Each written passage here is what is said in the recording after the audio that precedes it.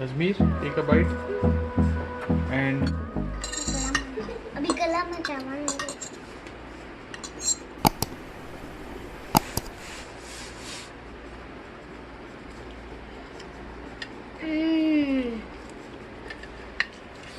कितना मजे का है,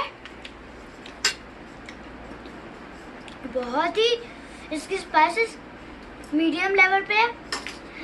ये मेरी मम्मा ने सबसे अच्छी बनाई है। #ताहिरी। आप इसको बहुत सारे लाइक करना, इंशाल्लाह 1000 था।